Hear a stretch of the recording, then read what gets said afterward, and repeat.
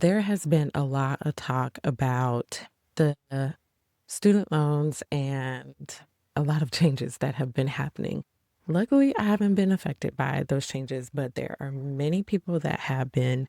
And it was a real wake up call for me to really get a plan in place so that I'm not just kind of wishing, thinking, and hoping that things work out in my favor and it actually doesn't. Now that the SAVE plan is no more, there are two different income driven plans that we can choose from, or two main ones that we can choose from. I am currently on the income based repayment plan. I'm on the old one. I am going on studentaid.gov, and on here you'll see that there is a lot of information about the different plans. So, for instance, the IBR plan that I am on is actually this one. I borrowed before July 2014. So, the monthly payments are 15% of discretionary income, and repayment period is 25 years. Kind of sucks because if you look, the new one is 20 years, but stay with me.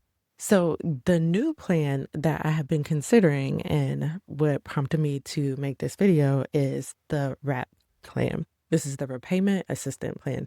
This one is supposed to replace the SAVE plan and have a little better terms than IBR. This one is helpful because the payments are a lot lower. So you'll see payments are between 1 and 10% of adjusted gross income. And the other fun thing is you get $50 for each dependent deducted, which I was like, that is really helpful, especially if you are caring for a lot of dependents. Now, the repayment period is a lot longer. So 30 years versus the 20 years for the new IBR plan. I was thinking, okay, do I stay where I'm at or do I change? And I decided to have a little conversation with my friend ChatGPT.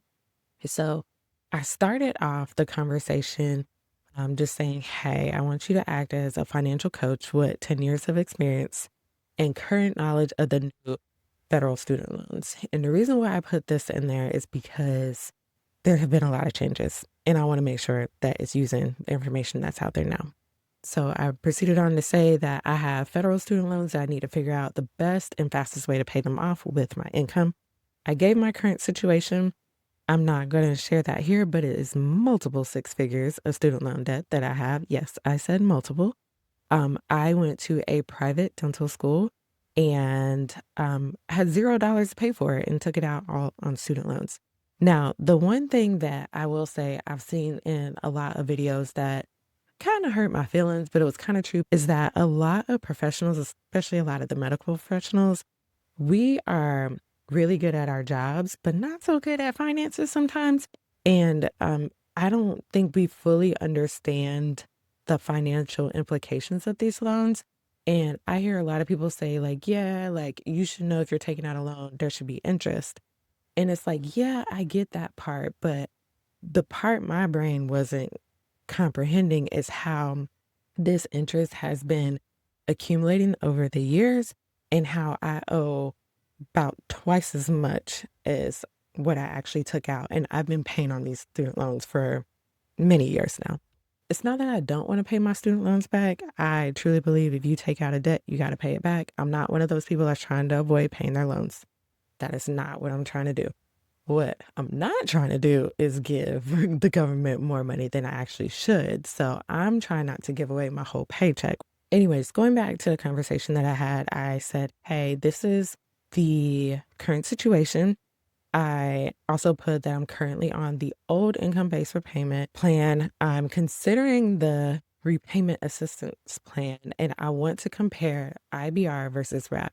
So instead of just having ChatGPT just go ahead and figure this out for me, I told it to ask me 5 questions one by one before making the comparison. So the first question that ChatGPT asked me is, what is your current annual gross income and what is the adjusted gross income shown on your most recent federal tax return? And this information is important because if I go back over here, so remember that the payments are are calculated based off of your gross income for a wrap. And then for the IBR plan, at least the one that I'm on, is 15% of discretionary income. So that information is important. The next question that ChatGPT asked me is, what is your current family size for the federal student loan repayment purposes?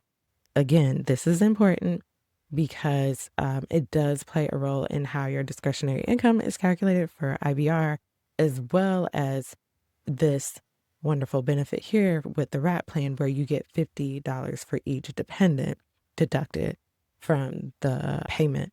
So this is important for me to think about as my kids are getting older, because I also looked up what is the age for a dependent. So just a quick Google search of what is the age limit for dependents on taxes. Right here, it says under the age of 19. And then if the child is a full-time student, it's up to the age of 24. Important information is to consider, especially as my kids are getting older, and yeah, things may change with dependents. So I put in the number of dependents I had. The next question that ChatGPT asked me is, what is your current required monthly payment under the old IBR? So I have two loans, a subsidized and an unsubsidized loan. So I gave both of those numbers. And as of right now, it is almost $2,000. So that's the reason why I'm trying to figure out how can I get this so that it works for not only my income, but in a way that I can pay it off and not be paying it forever. The next question is, are you married and did you file your most recent tax return jointly or separately from your spouse? Again, very important information that I realized that is something I would consider when I start working with a CPA on this, like how to make sure I'm taking advantage of things, because with the income being separated, then it can make payments different. But again, definitely would want to work with a CPA to make sure that we're running the numbers correctly and we're not doing anything that would make it more difficult for ourselves. And then the last question that ChatGPT asked me was, does your spouse have federal loans, and approximately how much of the income is from my spouse's income? And thank God he has none, so we don't have to worry about that. From there, DT was able to break down the information that I gave and show, okay, if you stay on the old IBR plan, this is what your payments are and what the difference could be with the RAP. Now, I will say if I switched over to RAP, it would definitely make the payments lower. The only thing is that going from the old IBR to RAP, there is the potential for that interest to be accrued, and then of course having to pay for longer terms. So going from 25 years to 30 years. So I realized after having this conversation that for me, I'm not focused on necessarily the payments per se, but focused on how I can pay this off the fastest. This is where the conversation shifted. So one piece of information that I realized I didn't give was the number of qualifying payments that I have made. So we estimated between all of the information that I gave it that I've made about 117 payments. So those payments go towards the 300 qualifying months of payments that are needed for IBR. That showed me, okay, I'm making progress and I have about 15 years left to pay on the loans with IBR before they get to the point where they can be forgiven. There were some other things that I needed to consider. I ultimately realized I needed to get an official count from my loan servicer. So I reached out and I'm waiting to get a response back from them. But knowing that I'm like halfway or more than halfway there, that changes things up on if I should switch from IBR to RAP. I was able to find a little bit more information to give ChatGPT, and then it said it's a possibility I may have up to 147 qualifying months. But again, I need to get an official count from the loan servicer. So I'm going to wait on that. All right. So again, like I said, my goal is to have it paid off in the shortest amount of time versus trying to have the lowest payments. Like, yeah, I would love for my payments to be lower, but the longer I drag it out, the longer I'm going to be in bondage here with these student loans, and I want to get out. So ChatGPT did run some numbers for me on how I could pay off the student loans by increasing my payments. And that was an option. So, like I said, I'm paying about $2,000 every month. It showed what it would look like if I increased it to $3,000 and then all the way up to $5,000 a month. Uh, I'm not trying to do all that. So, after realizing like this is a lot, I was just like, hey, let's see what it looks like if I just finish out the last few years, not few, last several years, because it's about 13 years we're estimating that I need to pay before the student loans get forgiven. And ChatGPT was like, okay, that's great, but you have to be prepared for a potential tax bomb. And right now, with the current rules with the federal taxes, loans that are processed after December 31st of 2025 are treated like a taxable cancellation of debt income. So that means I'd have to be prepared to pay taxes on the amount that's forgiven. So thank goodness ChatGPT isn't overly excited like me and optimistic, but shows me like good, better, best numbers of what that potential tax bomb could be. And so after going back and forth with ChatGPT on these numbers, I was like, okay, what would it look like if I tried to pay off the subsidized loan? Because the subsidized loan is the smaller one. And long story short is it didn't make financial sense because I would end up paying a whole lot more, especially with interest accruing on it. So after quite a bit of back and forth and a nice long conversation about the different options that I could potentially take, so I realized that I need to do a couple of things. One, with ChatGPT's help, I realized I need to stay on the old IBR and pay the minimum, as well as build up assets and prepare for that tax bomb. So I did ask ChatGPT, hey, is there anything else I'm not taking into consideration or anything that I'm missing? And it did remind me that you definitely want to make sure that you're enrolled in auto debit, which I am, because I didn't even realize that they are doing a 1% interest rate reduction beginning in July through June of 2028, which is pretty nice. The next one is to use pre-tax retirement contributions strategically. And this is something that I've really been trying to make sure that I've been paying attention to and trying to invest more for retirement, just because if I retire now, it'll be a hard day, hard day. So definitely contributing up to the limit in my 401k as well as in my IRA, as long as my income doesn't exceed the maximum for an IRA. I want to continue doing that. And then, of course, reviewing tax filing every year. Again, working with a CPA to figure out, does it make sense for me to continue filing married jointly or filing married separately? Because that definitely can play into how much the payments are. And then I got some really good advice to make sure that I am protecting and keeping information about my payment count, which I have not done, which I will be doing going forward just because things happen, people make mistakes. So it's good to have documentation to make sure that if anything does come up, I am able to say like, hey, actually, this is the payment count, and there is a discrepancy that I wanted to bring up. Another thing is to avoid going into forbearance, which thank goodness I haven't had to consider that. I'm praying that I stay in good health and family is good, so we don't even have to consider that. Definitely no late or missing payments, and then definitely don't forget to recertify. I believe there is an option to automatically recertify every year. I think I checked that off, but I'll definitely make sure when I recertify in January. The next thing is to build up that tax bomb money. because, like I said, after running the numbers several different ways, I realized it's best for me to just go ahead and get that prepared. So I did work with ChatGPT on a couple of ways that I can do that, as far as putting it in a brokerage account and just investing in some index funds.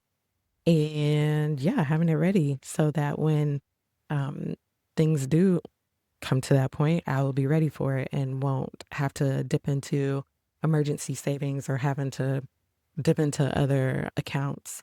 So ChatGPT did give me a little path for the next 1 to 7 years. It said diversify growth and investments for that brokerage account that's holding the tax bond money in the first 7 years. And then years 8 to 10, it says begin shifting it towards bonds and treasuries because we want to make sure we have that money um, in safer and less volatile funds so that um, that money doesn't disappear when I need it. And then lastly, the last 2 years, it says expect to hold it in short-term treasuries. So again, I'll probably work with someone to make sure that I'm on the right track. But for right now, I have been putting some money away, not nearly enough, but I've been putting some money every month into a separate brokerage account just for this. So I am going to be prioritizing the following: my employer retirement match, um, tackling this high interest personal debt, building up my savings, um, automate the tax reserve contribution or the contributions for the tax bomb, any additional retirement contributions, and then after that, any extra mortgage principal payments. So that is kind of priority of how money will be going over the next few years. So the last thing that I thought was really helpful was to not have this plan just kind of set in stone, but revisit it. ChatGPT was really helpful in reminding me to recalculate the plan whenever certain things happens, like my spouse begins earning a significant amount of income, I get a large raise or promotion, my child leaves the household and is now on their own, my mortgage is paid off, personal loan or auto loan is eliminated. All these different things can definitely change the strategy moving forward. So I'm glad to have that roadmap.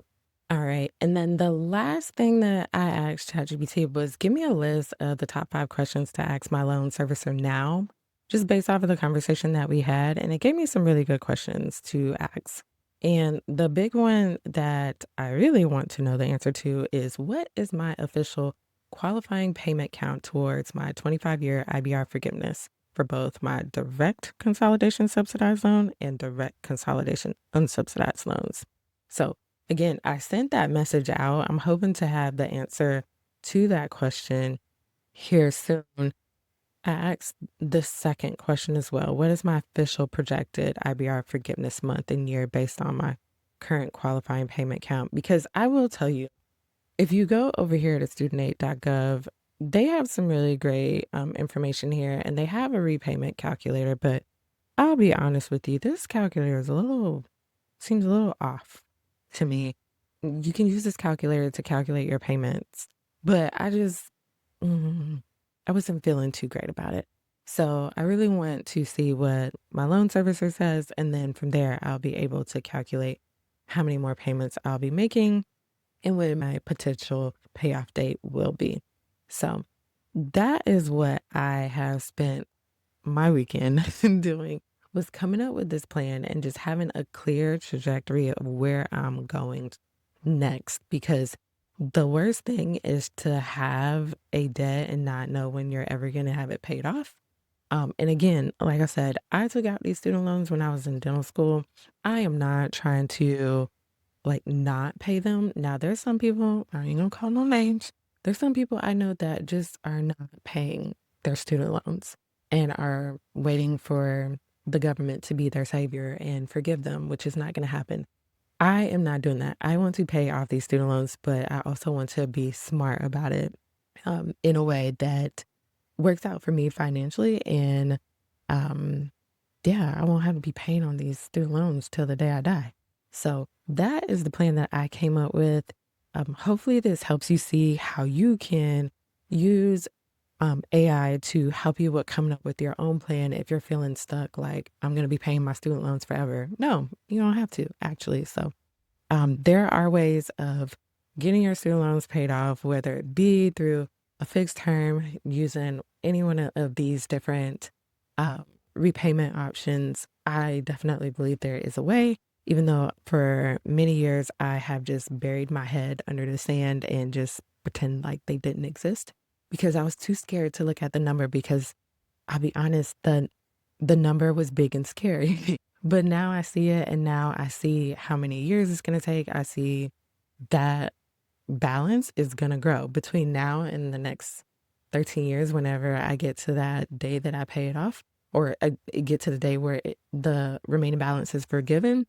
The balance is going to be significantly higher. And that's just the way that this loan is structured. And I'm finally okay with that. Like, I know that this is just a part of how I'm playing the game of getting these students paid off. So that is what I got. Hopefully, this was helpful. Hopefully, you see some of the questions that I asked and some of the responses I got to help you with creating your plan so that you do not feel stuck.